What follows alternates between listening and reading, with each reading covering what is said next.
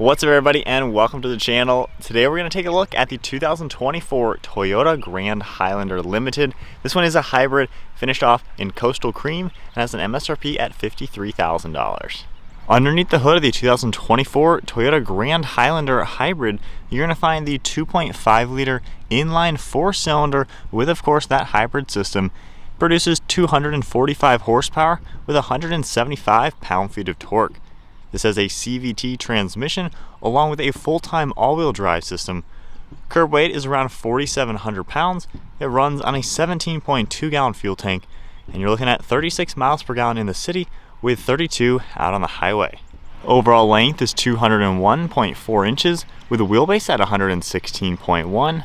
Width is 78.3 and height is 72.1 inches. Minimum ground clearance also comes in at 8 inches and max towing capacity is 3,500 pounds. Approach angle is 16.9 degrees with a breakover angle at 16.8 and the departure angle is 22 degrees. Moving on to the exterior styling with Toyota's newest Grand Highlander. It's loosely based off of the standard Highlander, however this of course has the full-size third row capability. A lot more aggressive styling too. You're going to see a nice set of LED headlights finished in a black housing. You can see the daytime running light, and then I really like the chrome trim in the upper portion of this front bumper. You also got your Toyota badge right in the center with some trim surrounding it. A massive opening for the center grille to provide tons of cooling to the radiators. You can also see parking sensors up in front. There's fog lights down below on each side with some trim around it. More of this plastic trim on the lower bumper with some gloss silver right in the center. This does have a really nice aggressive appearance. I like how bold the front end is. Sharp lines from the hood cut towards that upper grille. This also has a really large hood in general. It's very flat and wide, helping it have that aggressive appearance. At the front corner, you're going to see nice front fenders. That black trim from the front fades its way around these wheel arches. You got a nice set of silver wheels with a multi-spoke design. And you can see the Toyota badge right in the center. They're 20 inches in diameter. Sharp lines cutting through the side profile, and then more of this plastic trim for the lower side skirt. You got your body color door handles and mirror caps, integrated turn signal on the side, and then some polished trim on the lower portion of these windows. All black surrounding the windows themselves with a polished material for those upper roof rails. And then the side profile has a very nice look, significantly larger than the traditional Highlander. You can tell it's got a lot more size to it. Still gives it that nice Toyota design overall. Then I like how the rear fenders bulge outwards. Has a nice muscular appearance overall for being a family-focused SUV. You can see the integrated spoiler along with that third brake light. LED taillights with a sharp design to them. They're connected with a nice black bar with Grand Highlander. You have your all-wheel drive hybrid badge on the left side, Limited on the right, and then black trim for this entire rear bumper. You got more of that silver trim along with your parking sensors, and overall it's a pretty sharp looking family vehicle. Onto the interior, we get lock, unlock, remote liftgate along with Grand Highlander on the back. You go ahead and lock the car. As you'd expect, you can just keep the key fob in your pocket, grabbing the door handle, it'll unlock, and we can take a look at the black leather interior. Nice trim around it with some of this gray colored wood trim material. You just have some plastic along the door panel, a little bit of vinyl and padding for your armrest, your grab handle, window and mirror controls with your release handle and memory seating. You can see this material up on top. It's a plastic material with that cool wood color. Storage down below along with Grand Highlander on the door sill, and then all your power controls for the seat. You have the black synthetic leather material along with perforations throughout the center. Nice comfortable design, nothing too fancy, but you have some nice stitching up above, smooth headrests, and then a 3-spoke steering wheel finished in black leather. And then now inside the Grand Highlander, keep my foot on the brake, we can go ahead and fire it up. The engine's not necessarily going to turn on when you first press the start button, but we also have a nice digital gauge cluster. You can see speedometer in the center along with on the right side, a few things of information for the all-wheel drive system. The engine did just fire up, as you can tell on that gauge. And then if I scroll left and right, you can get a little bit of a change on the display. You can see the cruise control and then some trip information and then back to the power division. We do have different drive modes, all located right in the center. We have the normal, sport, eco, and trail. If I go ahead and toggle any of these icons, you can see the normal icon. We have our eco, Sport, and then the Trail will go into the normal as well, just in that addition to that icon on the left. So pretty nice to see all of that. And then the gauge cluster itself is super simple. On the steering wheel, we have some controls on the left for Bluetooth and audio. All of your cruise control is on the right side. And then we have the stock on the right for windshield wipers, and then turn signal on the left with headlights.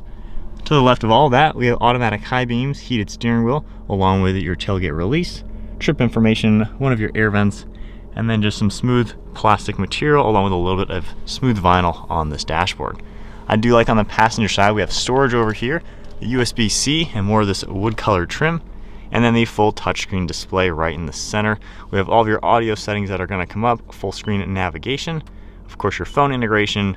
You have car information, climate you're able to adjust for the front and rear. Also have different options for all of that. We have trip information you can view, and then the energy flow, which is a pretty nice touch for the hybrid system. Any vehicle alerts as well, and then into the settings, basically everything you would expect to be able to adjust. Now if I go ahead, put it into reverse, we got a nice size rear view backup camera. You can adjust the screen as well, just a little bit, changing the guidelines as well. So nice to see, a good looking screen. And then just going back into park. Underneath all that, we get your physical climate controls. You can see the dual zone temperature, you're able to sync as well. Heated and ventilated seating, all the different defrosters. You have toggles right here for fan speed, your zone as well. You have more controls on the far right side, air vents down below, your start button, and then some more plugs. We also get wireless phone charging, storage down below, and then even more storage all throughout the center with your cup holders. We have a nice gear shifter with your different drives, and then we have the park and brake and brake hold. Traction control along with a full EV mode and the downhill assist, and then a little bit more of this vinyl material with a little bit of padding. You can also slide this back, and this is a huge area. It's over a foot deep. You got a ton of storage in here along with a 12 volt. And then the glove box over here has a pretty good size. There's also hidden storage over underneath the console. One last look at the interior. This is a pretty nice place to be. Extremely roomy in here. Luxury enough for the price point. And then we just have a light colored headliner. All of your dome lights are up here. You also have a sunglass holder and then a thin mirror with garage door buttons. Moving on to the second row seat, if I grab the door handle and open it up, door panel itself is finished off like the front, pretty much all black plastic with a little bit of the padded vinyl. We have a large grab handle with storage, more storage up in front, and then you get a nice set of manual sunshades. These seats are all manual controls. You can see a few of them on the side. Same material that we saw up front. Nice captain's chairs as well with that stitching. And then you can see your adjustable armrest. We have a console with quite a lot of storage space, different climate controls, heated seats, plugs as well. You have storage behind these seats, and then air vents up on the ceiling with your grab handles. Sitting into the back seat now, at 5'11", I'm sitting in the Grand Highlander pretty nicely. I even have the driver's seat at my height, and as you can see, I have pretty good legroom. Now, some of the different controls, we can slide the seat forwards and back. So nice to see that with it all the way in the back position. That's when you're gonna get the good legroom. However, we can also recline the seat, and putting this back now, this is a good place to be. If you're going on a family road trip, not a bad spot at all. Plenty of headroom, all the amenities you're gonna need. Really can't complain at all with the second row. To enter the third row, you can just grab the recline lever. That's gonna go that way, and then you can slide it completely out of the way. There is somewhat of a step to get into the third row, where it will seat 3 people. There's also storage on the left and right side with armrests. You can also see some hooks, and there are USB ports on these top pieces.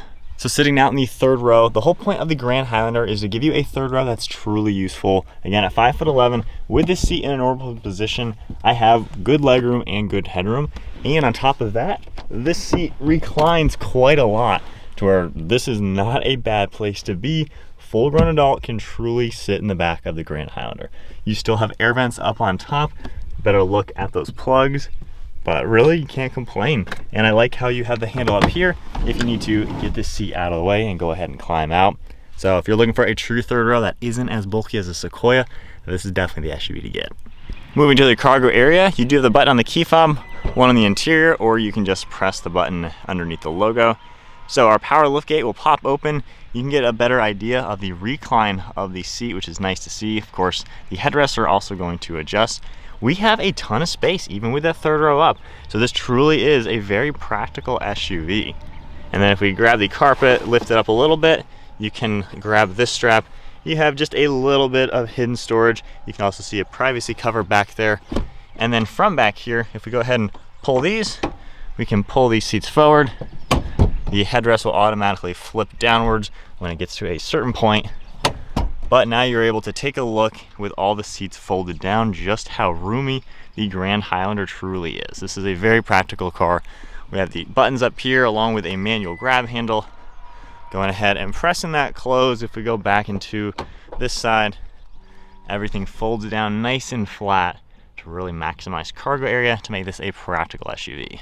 All right, so setting off now in the Grand Highlander, sport mode, full throttle. And there's 55. So not necessarily the fastest. If you want to get the more powerful version, the Max has 400 pound-feet of torque with the turbo hybrid engine. So that one's a pretty cool option. It's about $3,000 to $4,000 more expensive than this if you go equal options. So honestly, not that bad to get that turbo. So for this one being the kind of normal hybrid version, it's not fast at all. However, it does get up to speed nicely. The EV system, you can tell in that slow speed, helps you kind of get up to like 10, 20 miles an hour before the engine starts taking over. So this is plenty. Your average person, I mean, this is just a normal, it gets up to speed fine. The CVT is fine. It does what it needs to do. I do like being in this. It feels nice and high up. It feels very open and roomy. The hood is very flat and wide. It takes a little bit getting used to. Visibility is okay. That rear headrest kind of gets in the way of that third window. But honestly, with the mirrors and everything, it's a fine car to drive. Very roomy in here. The seat is super comfortable for the front seats especially. Armrests are in a good place. Steering is nice and light, very effortless. It's also, it drives really comfortably. The suspension is super smooth. It's quiet in here. I mean, you don't really hear any wind noise or road noise. If you floor it, I mean, you hear the engine a little bit, but it's just a comfortable car. And honestly, for 53 grand, it doesn't seem like it's too expensive, given it is a true 3-row SUV. It's a real good-sized vehicle. So you're not compromising or sacrificing to get a real size vehicle that gets good gas mileage and, you know, doesn't truly break the bank for what it is. So it's nice and pleasant to drive, honestly. We've driven it the good part of the weekend already and just kind of cruising around, and we've only burned 1/8 of a tank driving maybe 100 miles, it feels. So we've done some good mileage in it, and it just seems like a good family SUV. If you're looking for something for the family, you know, the Sequoia is a bulky car. It's kind of big, not really something I would probably buy just because it's so bulky. This doesn't feel like that. This feels a lot more slim, a little bit more toned down and easier to drive, not quite as intimidating, way better visibility, and just an easier vehicle, I would say. And yet you still get all the interior space. Heck, in fact, the cargo area is better in this because it doesn't have the third row that's up several inches. So this honestly seems like just a good, well-rounded 3-row. Build quality, as you'd expect, is pretty solid. Hitting those big train tracks, I mean, as you'd expect from a Toyota. The suspension is handling it, the build, everything about it. There's no loose ends, nothing really rattling or anything cheap like that. It's a Toyota. They're #1 right now in reliability. And the quality, it feels good. Only drawbacks, it's all plastic. I mean, this particular spec, you know, nothing's real about anything. It's all plastic, vinyl. It's all right. It looks nice enough, I would say. You can get the platinum trim levels or even the hybrid max, which does have a little bit more premium interior. So if you want to go a little bit more on the price point, you can get a nicer interior with nicer materials. But I'd say overall, it's a pretty, I'd say close to generic interior, just given it's all plastic. But at least Toyota does it in a good job to where everything feels solid, feels tough. You know, nothing looks ultra cheap. It just feels kind of what you'd expect. It feels like a nice Toyota with all the room and a comfortable drive. So turning around to my perspectives, honest thoughts with the Grand Highlander. I think if you're looking for that big 3rd-row SUV, but you don't want just the jumbo SUVs, you know, the Tahoes, the Suburbans, the Sequoias, those are really, really big. They don't fit in everyone's garage, they don't fit in everyone's driveway, they're harder to park. There's a lot of sacrifices that come with something of that size. Fuel efficiency isn't ever that good, even if they're hybrids, they're still not that good.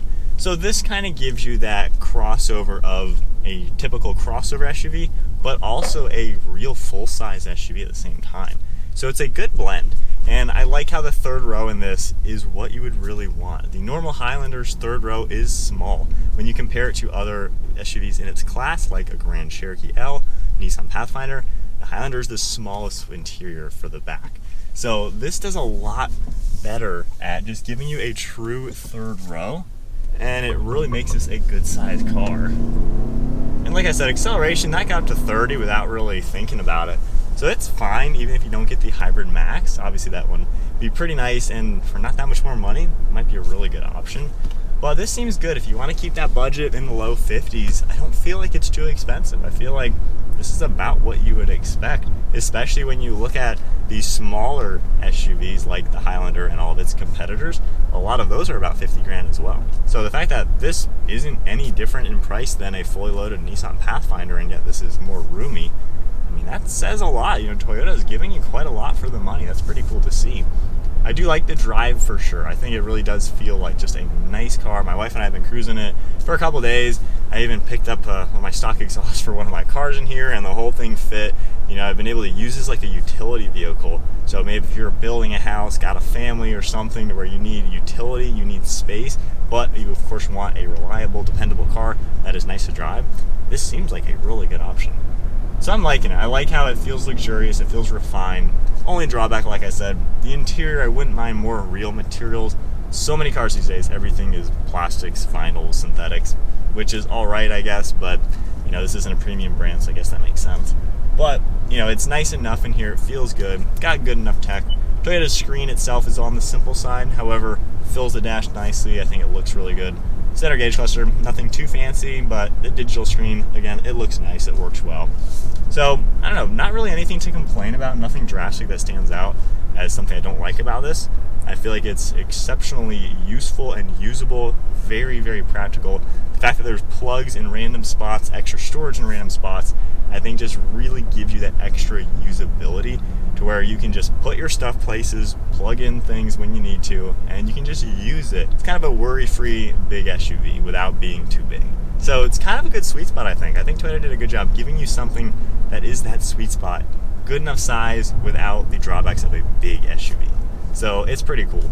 Drive modes themselves, I wouldn't really say do too much. Again, this isn't a turbo, it's not a sports car. I would just leave it in eco mode, call it a day, try to get good gas mileage in this. And then it's nice that there is some towing capabilities, some off-road capabilities. You know, if you're going on a mountain getaway or something, or maybe trailing a small utility trailer, again, you can use this for utility stuff. So it's a pretty good, well-rounded vehicle, as long as you're not needing to tow anything big. However, the Hybrid Max can tow like 5,000 pounds. So if you need to tow a small boat, a couple jet skis or something, you can still do it with one of these if you just get the right engine. So I like to see Toyota offering a really wide variety of the Grand Highlander to where you can mix and match and really get one that works for you and works for your budget. So nothing really stands out as anything negative, just seems like a nice overall good size SUV that would really do everything you need.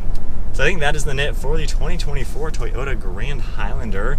Nice color too, this cream white is kind of a unique color, stands out a little bit. But if you enjoyed today's video, give it a thumbs up, hit that subscribe button, and stay tuned for plenty more content. We'll see you all in the next video.